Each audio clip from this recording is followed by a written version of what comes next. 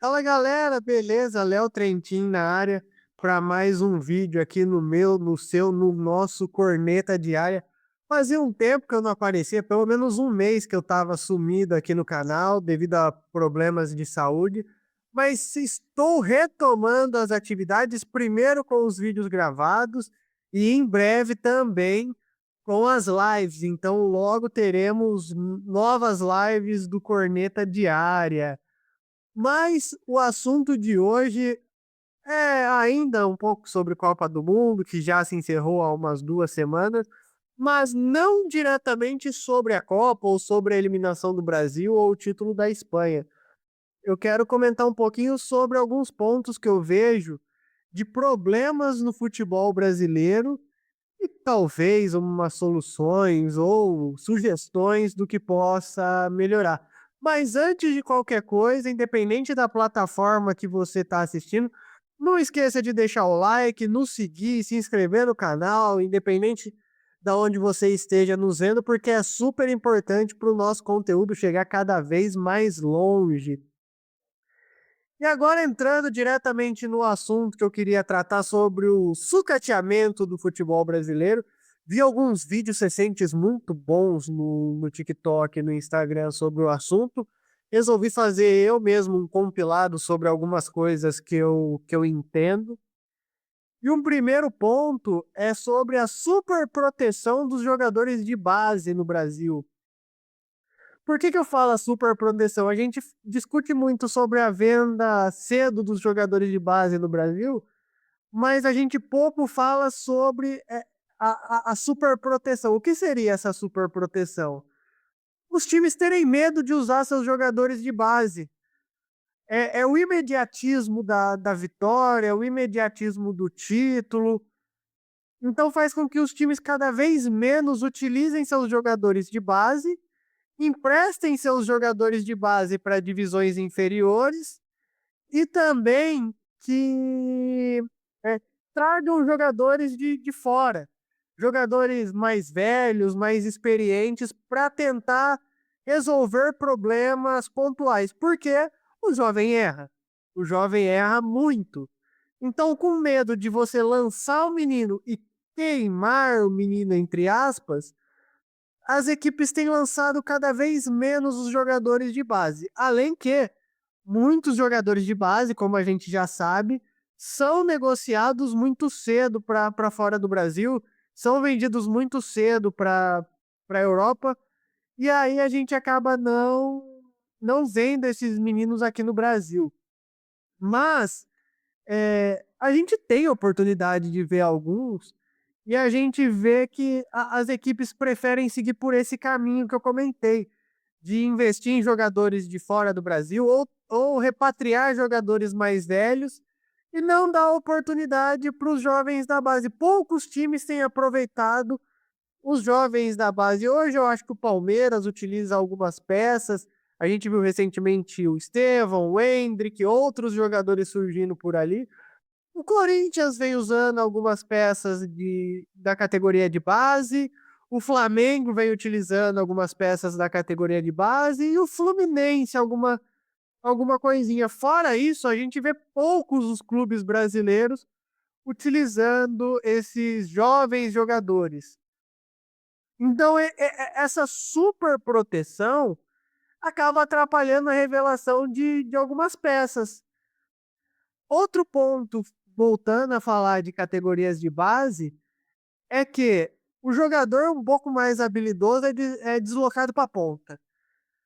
O Brasil fabrica muitos pontas e tem fabricado poucos centroavantes, poucos laterais, poucos meias de criatividade, porque quando o jogador começa a expressar alguma qualidade nas categorias de base, automaticamente ele é deslocado para a ponta. Ele começa a apresentar algumas características mais defensivas, vira volante e zagueiro.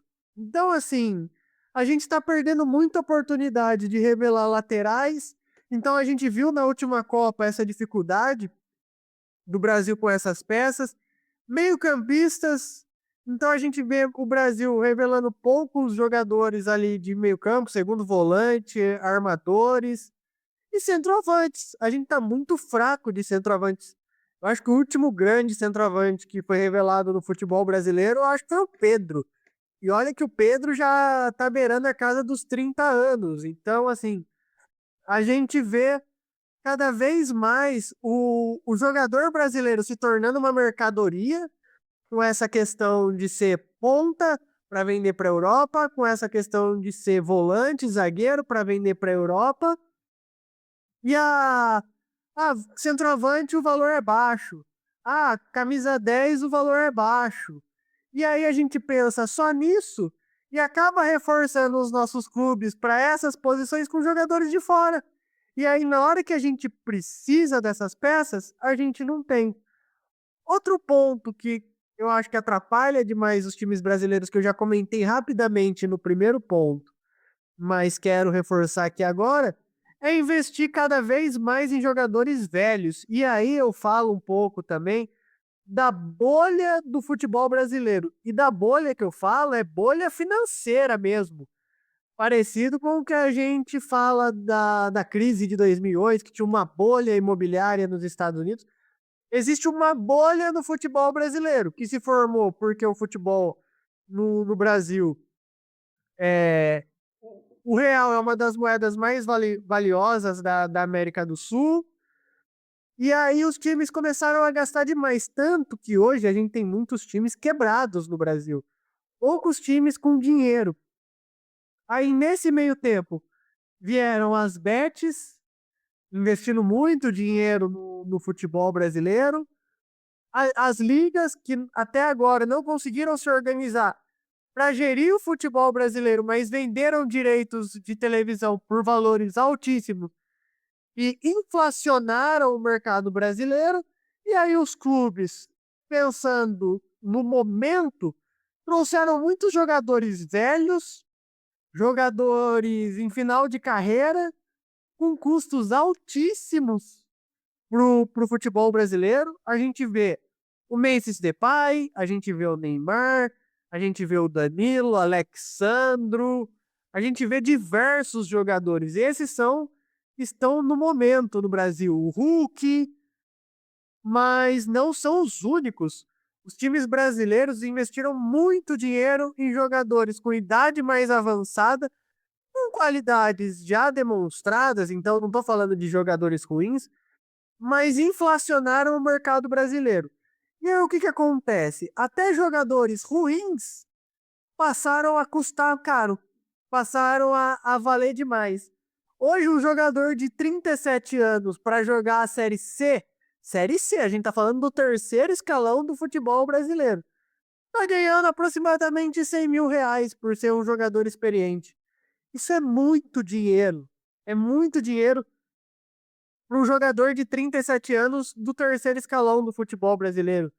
Se a gente pegar e subir para a Série B, são jogadores na mesma faixa de idade ganhando 3 vezes mais do que isso. Se a gente chega na Série A, é jogador de 35, 36 anos, até 40 anos, ganhando 1 milhão por mês. E tudo isso acaba prejudicando o futebol brasileiro. Os times estão se endividando mais do que já estavam endividados, investem em jogadores em final de carreira custando extremamente caro e deixa a base de lado. E isso cada vez mais vai prejudicando o nosso futebol.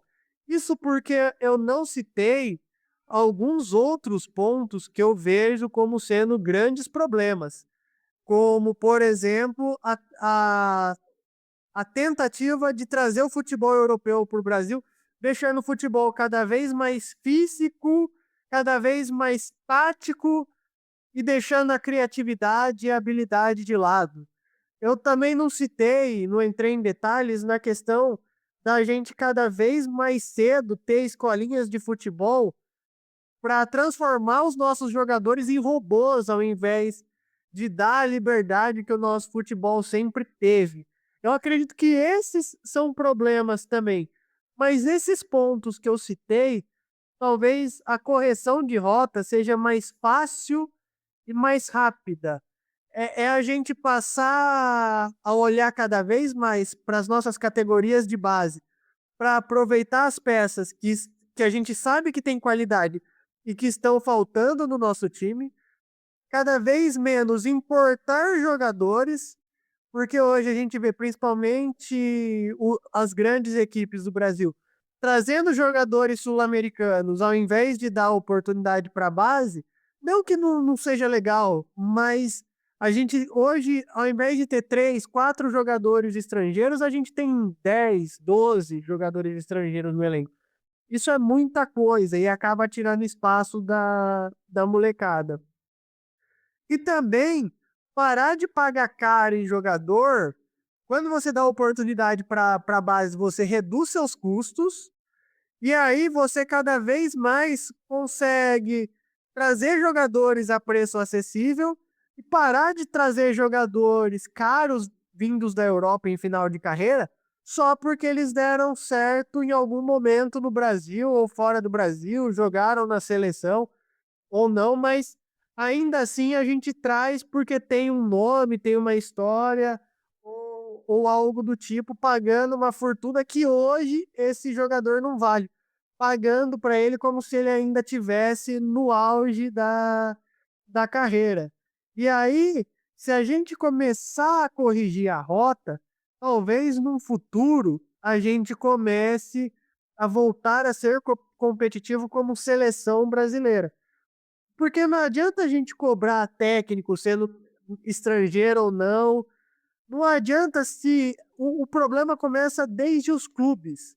E a gente não cobra os clubes. A gente quer trocar de técnico o tempo todo, a gente quer um resultado imediato de um trabalho o tempo todo, a gente quer jogadores que já tiveram alguma história chegando, porque vão ser as estrelas do time, e deixando de lado o que pode acontecer no futuro, um trabalho de médio e longo prazo. Era isso por hoje. Não esquece de deixar seu comentário, deixar a sua opinião. Como falei, em breve estaremos de volta com as lives. Por hoje é isso e valeu!